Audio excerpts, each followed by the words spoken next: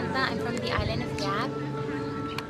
Our island is called the Island of Stone Money because, and it is still called the Island of Stone Money because even up till today, we still use our stone money as a means of currency.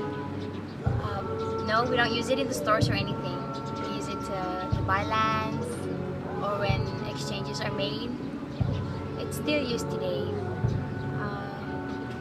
Our stone money came from Palau actually. A long time ago, our people would sail. They would use the local canoes, not the navigation canoes. You see, it's actually it's a canoe made of only bamboos. And they would go all the way to Palau, and they would carve it out of the limestone in Palau.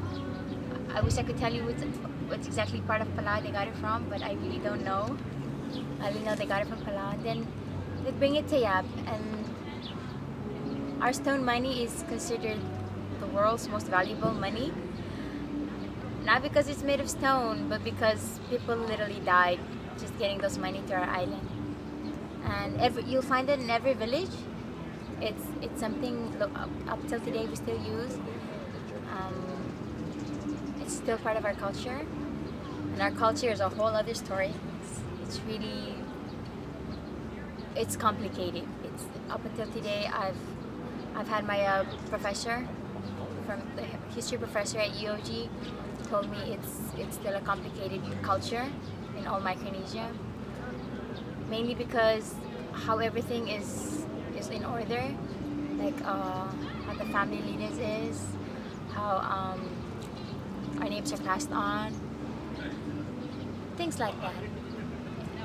Up till today, we still do our cultural attire. It's still important. You see me wearing a top. I'm not supposed to, but because of the law here on Guam, I have to.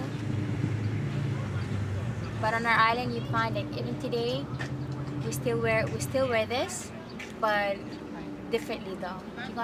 If you ever visit Yap, you'll see the difference. Culturally, this I'm wearing is called marfao, and only when a girl finally reaches puberty can she wear one.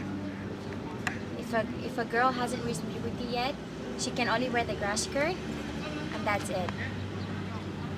Once a girl hits puberty, this is what she wears. I'm not exactly sure of the age, but when a lady is mature or is into her adulthood, she cannot wear grass skirt like I'm wearing right now. The grass skirt I'm wearing right now is all colors. At my age, I'm not supposed to wear it. I'm supposed to wear, if I'm wearing a colorful grass skirt, I must have local, freshly made things in it, and those things consider banana leaves, tea leaves. They're all dyed and included in the grass skirt. But because we're here, we just use this for now. We have many different kind of grass skirts. For example, if you go to Tara Patch, we're not allowed to use this kind of grass skirt. We use the freshly made grass skirts from the local leaves. Our island is very small compared to Guam. It's really tiny. But on our island, there's a canal. I really can't tell you the name. Don't know the name well. But the canal is. History has it that long time ago there was this lizard, gigantic lizard. The gigantic lizard was really huge, and it kept terrorizing the villages and everyone, and everybody else that tried to go kill the lizard, because the lizard was huge. It was terrorizing every village. It lived in between the canals. And so our legend has it that this man from, I forgot his name, this village that I forgot too. But this man, he started testing out his canoes, his navigation canoes, to see if how fast it can go around the island, because he was trying to kill the lizard. And so he tested out the first canoe to sail around the island. He took it breadfruit to cook it, and he put it on top, and he put it on the fire, and then he started his sailing, and then he sailed around the island. When he came back, the pot of breadfruit, it was already bad. It was burnt already. The water was gone. Everything was gone. It was bad. And so he tried it again, and again, and again. After he was finally satisfied with the canoe, the last canoe he did, that he fixed, he sailed around the island, and he came back to his village, and the breadfruit still wasn't cooked yet, and he knew that canoe was fast enough. So that's when he started. That's when he decided that it was the right time. It was the right canoe to use. So he went and he got this really big clam. Really big clam. He put it on his bamboo. I'm so sorry. It's a raft.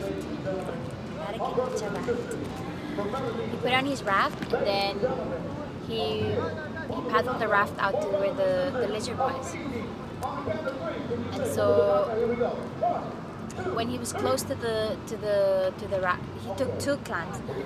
When he was close to the lizard, he tempted the lizard, and when the lizard tried to eat him,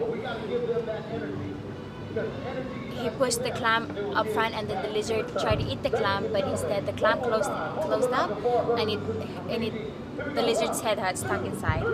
And so the lizard, the legend has it that the lizard swung its tail and hit one of the canals, and that's how that canal was formed. It separated an island called O'Keefe Island and another smaller island, and then it swung its tail again, and it cut through the island, and the island that cut through and separated, it's called the Tagreng. It's part of the island that's literally separated from the main island, so a bridge is connected to it, and it goes all the way to another island that's on its own, and it's called the Rumung Island.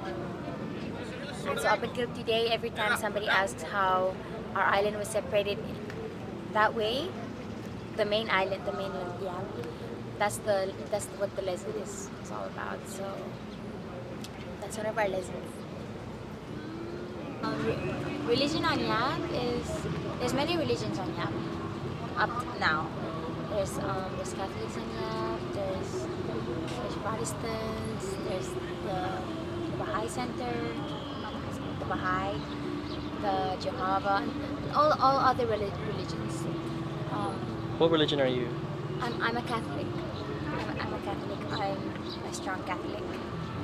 Our religion actually doesn't conflict so much with our culture. It has conflicts in areas, but not so much all areas. Because, for example, marriage. If marriage is marriage must happen in a church, but in our culture it's different, because we get married through the exchange of, even today, there's not so many arranged marriages, but there's still the marriages. When marriages happen, it has to be the exchange of money and either properties or things being exchanged that's how you ask for the it's the man that does this. It's the man that takes something to the women's family, and then it's exchanged, and it's usually it's not so much as the stone money, it's more like another money, but it's made of shell. It costs a lot, and other things. So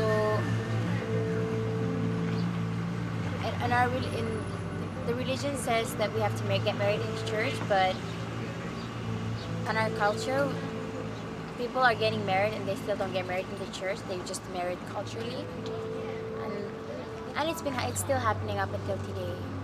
It's nothing so much wrong with it. Our government is very different from, not that different, but it's different from many of the other governments, because our government consists of 4 branches. And here there's three branches. in the government, but on our island there's a fourth branch, and it's called the Council of Pilung. Pilung means chief in our island. Pilung. That branch is really strong. It can any decisions made by the other three branches, if it conflicts with our culture, that branch can literally put down that it doesn't matter if three of the branches are pushing for something to happen. If it conflicts with our culture, the Council of Pilung can literally shut it down. So up until today, our culture has been preserved because of our Council of Pilung. There's a few things here and there in our government, but I'm just glad that up until today our culture is still here because of them, and I really hope it still continues to do so.